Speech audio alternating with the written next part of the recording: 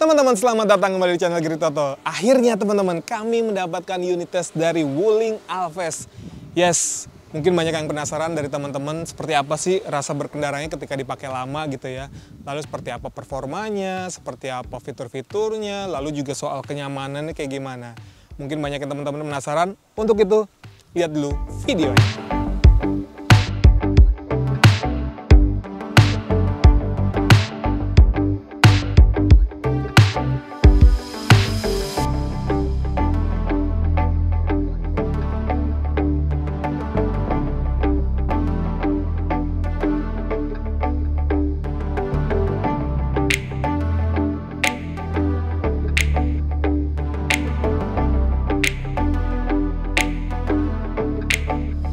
Oke, sebelumnya kami perlu ingatkan kembali ya, kalau sebelumnya si Rehan waktu itu pernah bikin video first impression atau first drive-nya gitu.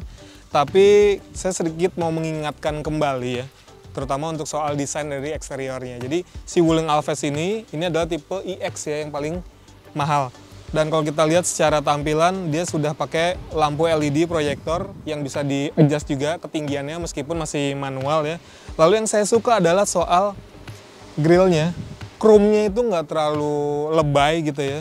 Udah gitu dia seperti menyatu dengan DRL-nya. Jadi kesan stylishnya itu juga lebih dapat. Dan kalau teman-teman ingat, Wuling dengan logo Chrome itu menunjukkan lebih ke inovasi. Memang mobil ini punya fitur yang cukup lengkap, tapi nanti akan kita ulas lebih dalam. Terus kalau kita lihat bagian peleknya, dia udah dual tone ya, polish dengan hitam kombinasinya. Ukurannya 16 inci yang dibalut dengan ban ukuran 205 60 R16. Terus di atapnya sudah ada sunroof.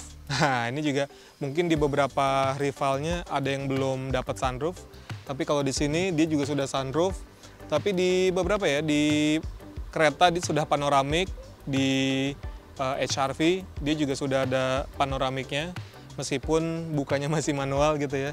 Tapi kalau ini sunroof yang memang bisa dibuka. Roof rail-nya juga ini, kalau ini beneran ya, jadi memang yang bisa difungsikan, jadi tinggal pasang crossbar, lalu bisa tambah roof box ataupun roof rack gitu. Di sini juga ada keyless entry, jadi kalau mau masuk atau keluar, nutup pintunya, nguncinya, tinggal tekan tombol di sini aja. Cuma emang hanya ada di sisi pengemudi, di sebelah kirinya itu nggak ada ya. Geser lagi ke belakang teman-teman. Nah, kalau di belakang memang dia tampilannya cukup simple ya. Lampu sudah LED, begitupun dengan lampu mundur. Cuma lampu sennya dia masih bohlam, lalu di bawahnya ada reflektor. Di sini udah ada wiper, tapi belum ada defogger di bagian kacanya. Dan sudah ada kamera mundur serta sensor parkir di 3 titik ini. Wah, bagasinya ya. Oke, jadi bagasinya lumayan besar, karena memang dia kelasnya di small SUV teman-teman.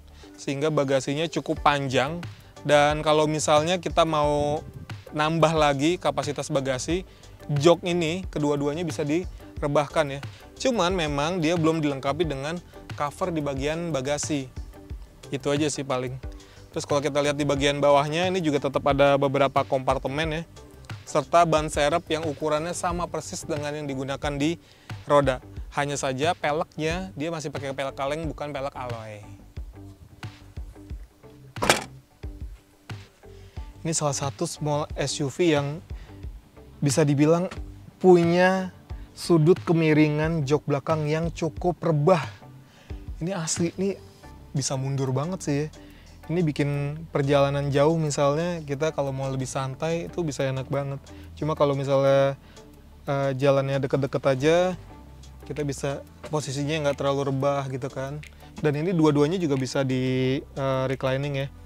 Dan di sini sudah ada seat belt 3 titik, cuma memang belum ada seperti armrest dan juga cup holder di bagian tengah. Tapi tenang, di sisi kanan dan kiri door trim itu dia sudah ada cup holdernya. Dan ini joknya empuk ya. Ini padahal pakai jok kulit sintetis, tapi busanya empuk. Ini juga salah satu jawaban dulu mungkin waktu di Cortez ya, itu kan joknya busanya keras.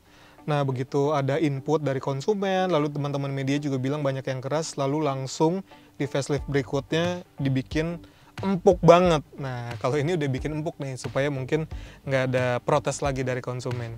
Udah gitu, di sini juga ada kisi-kisi AC, teman-teman. Walaupun masih satu aja, jadi berbagi antara kanan kirinya harus gantian nih. Lalu ada port untuk USB, untuk ngecas, sama di bawahnya ada kompartemen, jadi bisa naruh smartphone. Atau misalnya smartphone-nya mau taruh di seat pocket juga ada, jadi di kanan kiri nih sudah tersedia. Lalu bagaimana dengan akomodasi orang di belakang? Kita lihat aja, ini posisi duduk ideal saya yang tingginya 170 cm. Ini masih ada 10 jari untuk legroom, artinya aman banget. Lalu untuk headroom-nya masih ada 5 jari, walaupun ini sebetulnya si atapnya tuh lebih rendah karena ini ada sunroof kan. Gitu. Tapi ini masih aman sih, masih memadai banget karena ketika di sini dia lebih rendah, nah ke sini dia naik lagi sehingga ruang kepalanya jadi lebih aman. Oke, di depan juga joknya sama empuknya dengan di bagian belakang ya. Jadi kalau misalnya nyetir jarak jauh, pengemudinya sih harusnya nggak cepat pegal nih, dan posisi duduknya juga masih bisa memadai karena juga bisa naik turun. Ya, meskipun masih manual untuk pergerakannya gitu, maju mundur, recliningnya itu masih manual. Tapi posisi duduknya enak sih, saya suka karena saya suka banget nyetirnya yang lebih rendah gitu ya. Ini pas banget. Begitu juga setirnya masih bisa diatur meskipun belum bisa teleskopik. Tapi sudah posisi sih udah cukup tuh ya. Dengan tinggi saya yang 170 cm ini udah cukup ideal. Dan kalau kita lihat dari panel instrumennya, dia sudah layar TFT. Informasinya juga lengkap, ada TPMS, ada untuk average fuel consumption. Udah gitu juga kita bisa lihat misalnya untuk fitur-fitur ADAS-nya itu tersedia di sini, kayak cruise control, adaptive gitu ya. Udah gitu lane departure warning-nya, sama ada informasi juga ketika misalnya kita jalan, si kameranya ini bisa ngebaca antara mobil, motor, sama truk. Jadi emang keren banget sih, asli keren banget. Itu head unitnya, ukurannya 10,25 inci. Ini juga fiturnya cukup lengkap, nggak cuma untuk audio atau radio gitu ya, atau memutar musik dengan Bluetooth, tapi juga pengaturan di mobilnya. Jadi kalau misalnya kita mau ganti-ganti untuk fitur ADAS-nya, aktifin sama nonaktifin bisa di bagian sini nih. Nah, bahkan juga untuk di sini ada untuk kunci pintu, lampu, bahkan eco mode-nya itu untuk aktifin sama nonaktifin dari layar head unit ini. Sayang aja sih ya, mungkin akan lebih oke karena itu masuk dalam mode berkendara. Ada tombol khusus gitu misalnya kayak di beberapa Wuling lainnya kan ada tombol di dekat transmisinya. Jadi kita bakal lebih praktis. Rem parkir udah elektris lengkap dengan auto hold ya. Jadi praktis banget kalau misalnya kita seat belt udah kepasang, walaupun masih aktif ini parking brake-nya, kita gas aja dia langsung otomatis rilis. Jadi lebih praktis. Kompartemen ini bisa buat naruh smartphone meskipun belum wireless charging di sini ya. Terus ada cup holder 2 di sini, ada ruang penyimpanan tertutup.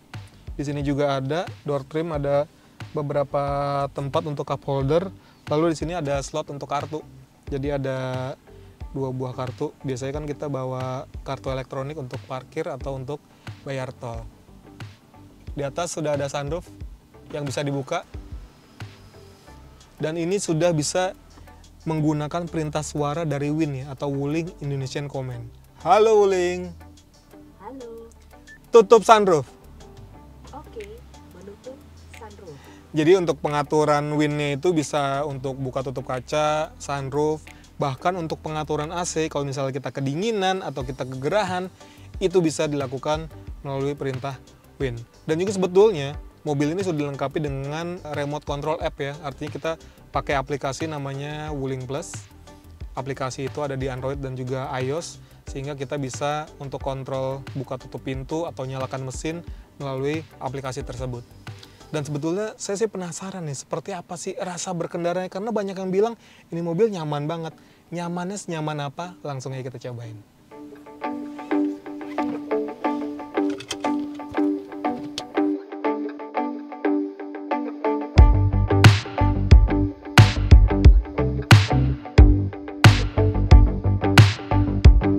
Oke teman-teman, jadi seperti yang tadi saya bilang, banyak yang ngomong kalau Wuling Alphaz ini nyaman banget gitu ya.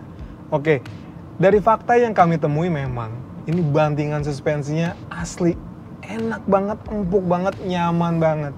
Jadi ketika misalnya kita ketemu jalanan rusak gitu atau jalan yang bergelombang, ayunannya tuh enak ya, nggak ngebuat orang yang di dalam itu merasa kebanting-banting gitu. Udah gitu juga kalau misalnya kita habis ketemu jembatan, naik atau pas turunnya lagi, pas turunnya tuh bantingannya langsung zet gitu, enak banget ya. Emang nih secara bantingan suspensi emang nyaman banget. Cuman memang ada konsekuensinya, terutama dari sisi handlingnya.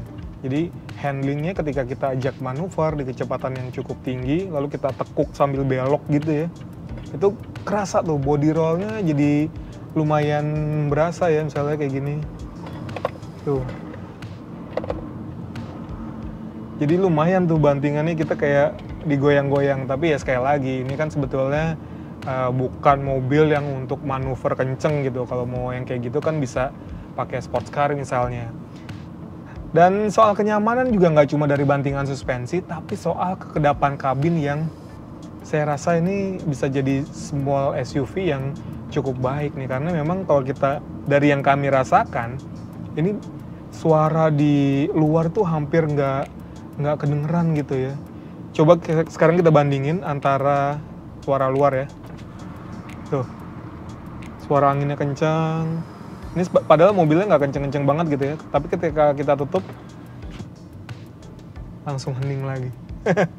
Jadi emang senyaman itu karena memang di beberapa merek ya, ini masih jadi kendala soal kekedapan kabin. Terutama kayak di Honda misalnya, kekedapan kabin itu masih sulit dirasakan. Jadi kalau misalnya perjalanan jauh dengan suara bising dari luar itu justru akan mengurangi kenyamanan ya. Oke, jadi kalau mobil ini memang nyamannya oke, lantas bagaimana dengan performanya? Nah, jadi sekedar info juga, Wuling Alves ini dia pakai mesin 1500 cc atau lebih tepatnya 1458 cc ya. Tenaganya memang bukan yang superior kalau dibandingkan rivalnya, terutama rival-rival yang sama-sama mesin 1500 NA, misalnya kayak kereta itu tenaganya di 115 dk, lalu di HR-V itu tenaganya sekitar 119an dk dengan torsi 145 Nm ya. Kalau di kereta itu kan torsinya 143,8 Nm. Lalu si Alves gimana? Nah, si Alves ini itu untuk tenaganya di 105 dk dengan torsi 143 Nm. Dan itu juga tercermin dari akselerasinya teman-teman. Jadi untuk akselerasi dari 0 ke 100 km per jam, si Alves ini paling cepat itu di 13,4 detik. Sementara di HR-V dengan parameter yang sama, dia bisa mencatatkan angka 12,7 detik. Tapi sebetulnya masih ada yang lebih kenceng lagi, karena si kereta itu dia bisa 11,3 detik.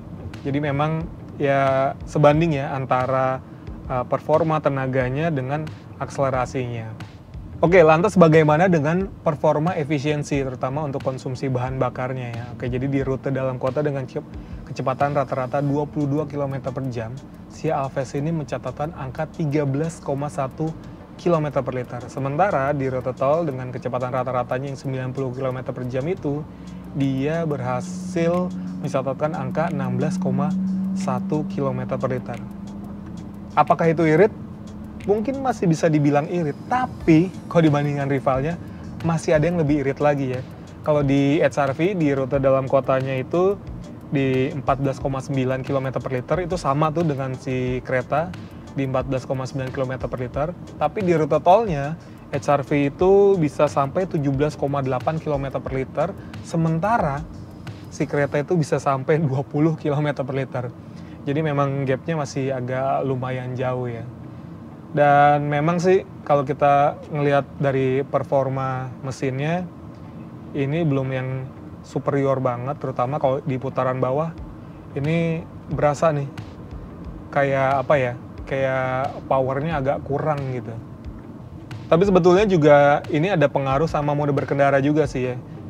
Kebetulan saya sekarang pakai mode Eco, jadi respons dari si mesinnya juga agak kurang. Tapi begitu kita pindah ke mode normal, itu akan lebih enak lagi, lebih responsif. Tuh kan. lebih enak ya, lebih responsif gitu kan. Cuman memang ini ada satu kendala sebetulnya ya. Jadi mode berkendara eco dan normalnya itu bisa diaktifkan dan nonaktifkannya itu melalui layar head unit. Jadi kita harus ke menu utama dulu, lalu kita ke kontrol kendaraan, kita geser lagi ke lainnya, dan itu ada di paling bawah. Mode eco-nya itu ada di bawah nih, aktifkan atau dimatikan. Seandainya ada tombol khusus gitu ya, di dekat transmisi gitu kan, akan lebih enak, mungkin kita akan pindah-pindah mode berkendaranya. Dan juga untuk penyaluran tenaga, karena dia pakai CVT, emang terasanya smooth ya. Smooth banget ya, mirip lah sama rival-rivalnya kayak kereta. Tapi memang kalau di kereta atau HRV, di bawahnya itu lebih responsif. Kalau ini masih agak kurang gitu ya.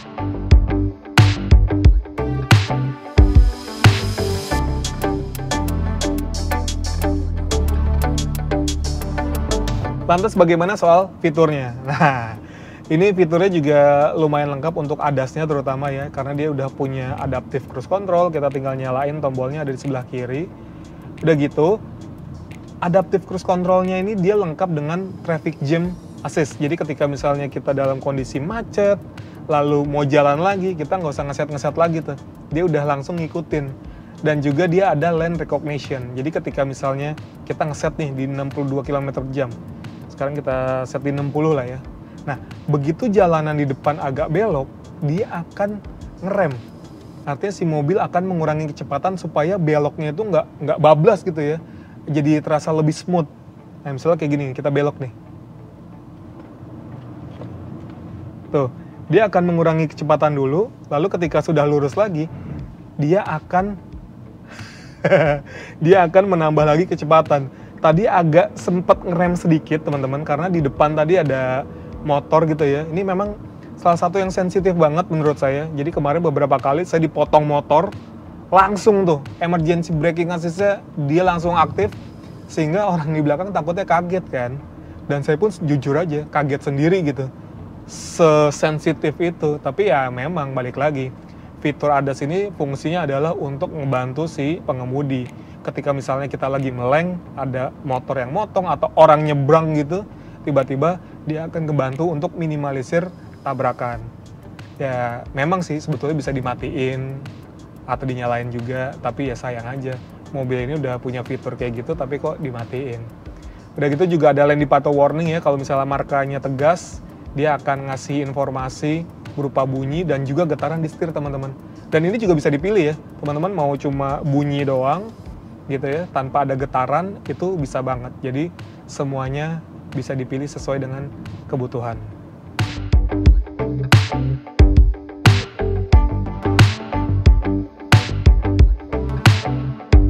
Oke, jadi apa sih yang bisa disimpulkan dari sebuah Wuling Alphest EX ini?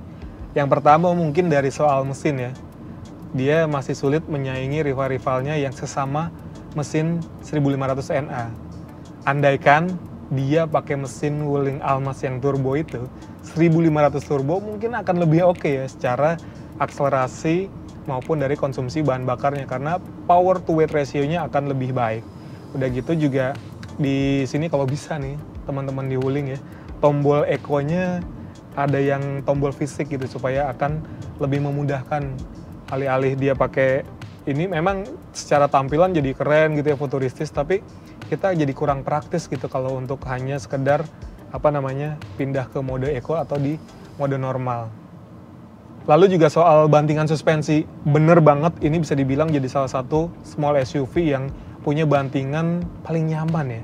Cuma konsekuensinya adalah soal body roll. Ketika misalnya kita ya di jalanan pegunungan gitu sambil belok-belok, pasti body rollnya akan lebih terasa sih dibandingkan sama SUV lainnya atau small SUV lainnya gitu ya. Mungkin kedepannya ada cara supaya tetap nyaman bantingan suspensinya, tapi bisa minimalisir dari body rollnya. Tapi yang paling saya suka ya, ini mobil secara tampilan udah stylish, fiturnya juga lengkap, dan harganya teman-teman. Bayangin, small SUV dengan harga compact SUV. Harganya nggak nyampe 300 juta, lebih tepatnya 295 juta, khusus untuk yang tipe EX ini. Ini udah varian yang paling mahal, harganya aja nggak nyampe 300 juta. Artinya memang secara value, si Alphard ini jadi satu-satunya small SUV yang bisa dibilang paling murah juga ya.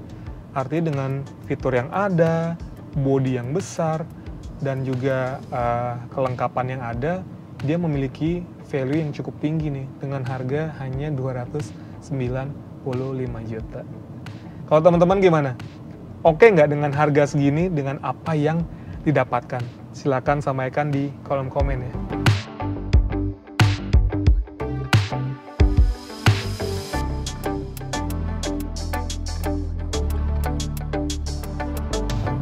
Oke teman-teman, segitu dulu videonya. Terima kasih sekali lagi sudah menonton video ini dan sampai jumpa di video-video selanjutnya.